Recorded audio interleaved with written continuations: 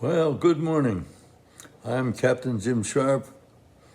I want to tell you a little bit about my old vessel, a schooner Adventure.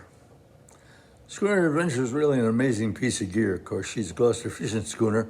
There is none finer than the Gloucester fishing schooners. They are the quintessence of all the vessels, of all the clippers and the coasters and all of the vessels you think of. When you think about Gloucester fishing schooners, you know you're talking about the right thing.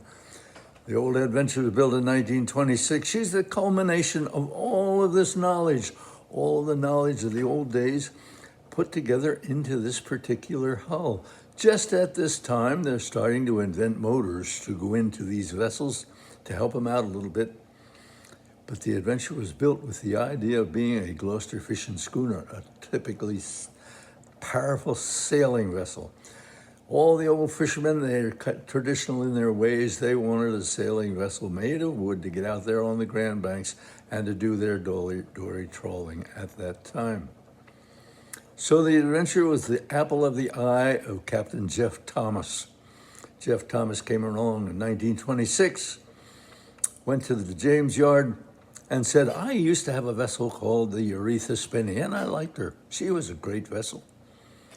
Do you still have the molds? You built her here, I believe. Oh, yes. Old Mr. James, he says, oh, yeah, we got all the plans for her.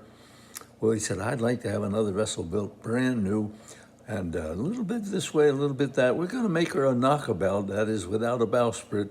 That old bowsprit cost so many men's lives out on the Grand Banks in the dead of winter, fishing, that I want to make this one a knockabout, and we're not going to have a bowsprit. A couple little changes like that, but other than that, she's a McManus design schooner.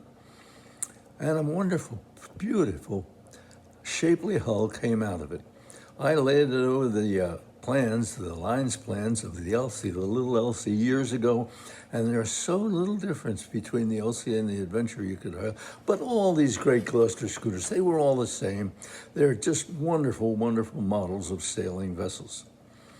The Adventure fished with Captain Jeff Thomas until 1934 when he passed away on deck, died on deck, trying to knock ice. Dead of winter it was out on the Grand Banks, and the vessel was icing up so badly that he had to get out there and knock some of it off the decks and the rigging and all the rest of it, and fell dead on. Probably old Fred Thomas, the engineer, he probably found Jeff laying up in the scuppers there, and he called it the dories back. All the dories were out fishing, of course. Called the dories back, and they took the old vessel back in. She was still a young vessel, so they needed a new captain. So they got a man named Leo Hines, and what an incredible, sagacious fisherman he was. Amazing, amazing man. Got aboard that vessel, caught more fish dory trawling than any vessel of any type, and there were a lot of big draggers back in those days. He still outfished them because he knew where the fish were, and he knew he could catch them. He caught more fish and made more money for his owners than any vessel of any type until her retirement in the early 1950s. He was in that vessel 20 years and just set all the records. He was the all-time highline vessel, and Leo Hines, was the all-time highline skipper. What a monument for the city of Gloucester. Oh my God, what a wonderful thing, the Adventure. Now, the Adventure's 100 years old. 100 years old and still going, still people are just loving it. She's just the pride of Gloucester. And I'm so proud of her that she has lived so long. I'm only 7 years behind her, for God's sake. I'm well up into my 90s now. And I think about that vessel and how she is lasting, outliving all the rest. And Gloucester's taking such great, good care of her. I thank you all you of that whole Gloucester clan. I want to tell you a little bit about sailing the Adventure. She's a magnificent sailing vessel, as you can well imagine. She only had 4 lowers, of course, when she was fishing with her auxiliary engine. Yes, they put an engine in the Adventure in 1926, a little old CO, didn't have much power, but just enough to get her into the harbor, tied up to her wharf, and unload her fish and get out again. Then she was a sailing vessel out on the Atlantic Ocean. I put a main gaff topsail on her and a main topmast staysail. You can see those two sails in the model behind me. And that gave her a little bit more power, a little bit more thrust from what she needed to really perform. And really perform she did. She was such an uncanny vessel. It was like she had a mind of her own. Miss stays, she would almost never miss stays. You had to abuse her terribly to have her miss stays. She had almost, she could think on her own. And just as a little example of that, I want to tell you, one time we came back the last trip of the season and the sails were all wet. We had 2 days of rain. Oh my God. We anchored right in the outer harbor. We had to have the sails dried in order to put her away for the winter. She was going in her berth for the winter and we were going to use her again, of course, the next year. So we had to have dry sails because you wouldn't want to store them wet. They would mildew and fall all apart. We took the sails off of her, 6,000 square feet of sail on this 130-ton vessel. 6,000 square feet. We took the top pair off of her, and we anchored in the outer harbor of Camden. And I got my mate, and I said, let's go dry those sails. We went out aboard the vessel, just the two of us, that's all. He was a pretty big guy. And we had a donkey engine, a 1902 make and break Fairbanks, and she would go bang, bang, bang up on the fort, but she ran a windlass. And with that windlass, we were able to set that mainsail. That mainsail was quite a lot of sail to set. She was 3,200 square feet in that mainsail alone. And the gaff and everything weighed well more than a ton, especially wet. We put it on messengers on the halyards, and we took it up to that winch, and we cranked that mainsail up, then we put the foresail up. And I thought, well, we might as well keep going. So we ran messengers back to the yawl boat. We hauled the yawl boat. You can see it up there right on the stern of the vessel. Well, where's my finger? There it is. There's the yawl boat right there. That's the only power we had. When I had the adventure, she didn't have an engine in her.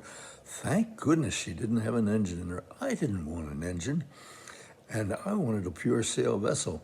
And so it worked out that way. We had a yawl boat to pump, that would get us in and out of the harbor. That's the only thing we used it for. But to continue my story, we hove the yawl boat up, and then we decided, well, what the heck, we'll throw it in gear and crank the anchor up. We cranked the anchor.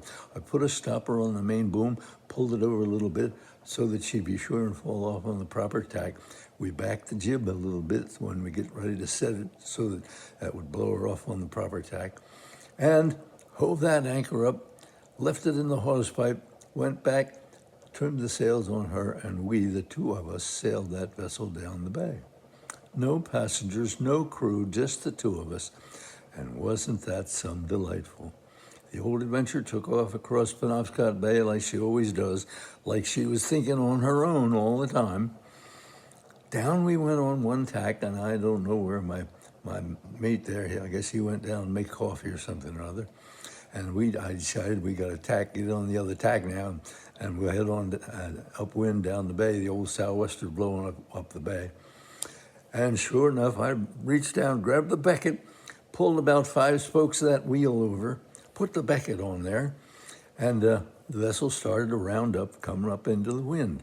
So I ambled up, me and my bad leg, I can't run. I ambled up to the foredeck.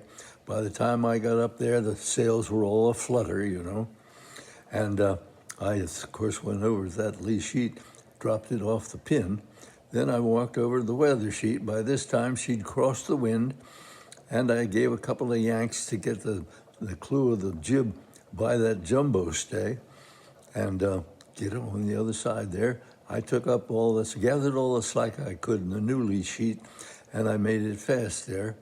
By the time I got back, the vessel's had, she had a good full then. She was starting to gain momentum, and I took the becket off of that wheel and let her go.